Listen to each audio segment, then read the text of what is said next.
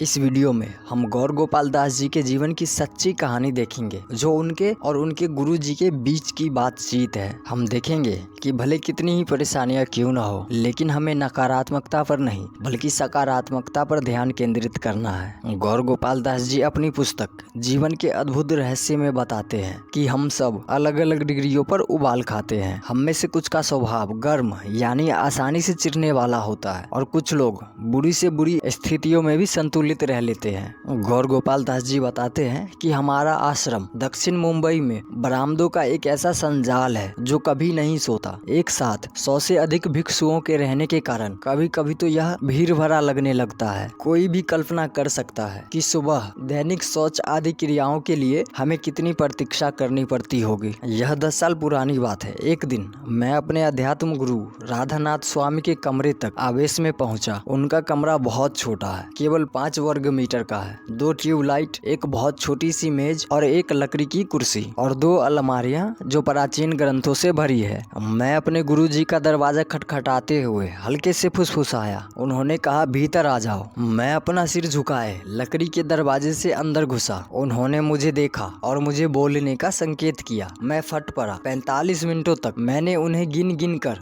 वे सभी शिकायतें बताई जो मंदिर के प्रबंधन और मेरे साथ बुरा व्यवहार करने वाले लोगों के प्रति मुझे थी। मैंने शिकायत की कि यदि यह सब इसी तरह चलता रहा तो यह हमारे समुदाय को बर्बाद कर देगा। जब मैं शिकायत कर रहा था तब उन्होंने अपने मुंह से एक शब्द भी नहीं निकाला था, परंतु बाद में उन्होंने सख्ती से कहा, अपनी बातें कह चुके गौर गोपाल दास, हमारे समुदाय में बहुत सारी अच्छी चीजें भी हो रही है। उन्होंने कहना आरंभ किया। उन्होंने मेरे द्वारा व्यक्त एक भी शिकायत का जिक्र नहीं किया। मेरे चित्त को उठाने के लिए उन्होंने केवल सकारात्मक बातों पर ही ध्यान केंद्रित किया। उन्होंने कहा, मैं यह नहीं कहता कि ये कठिनाइयां नहीं है, लेकिन असल समस्या यह है कि जब मस्तिष्क पर नकारात्मकता हावी हो जाती है तो न केवल हम अपने आसपास की सुंदर चीजों को देखना बंद कर देते हैं, बल्कि समस्याओं से जूझने की शक्ति भी खो देते हैं। हमें अपने मस्तिष्क को सकारात्मकता पर केंद्रित रहने के लिए प्रशिक्षित करना तथा नकारात्मकता से निपटने के लिए समृद्ध करना होगा। फिर उन्होंने उतना ही समय मेरी समस्याओं के व्यवहारिक हल खोजने में लगाया और मुझे आदेश दिया कि अब मैं भोजनालय में जाकर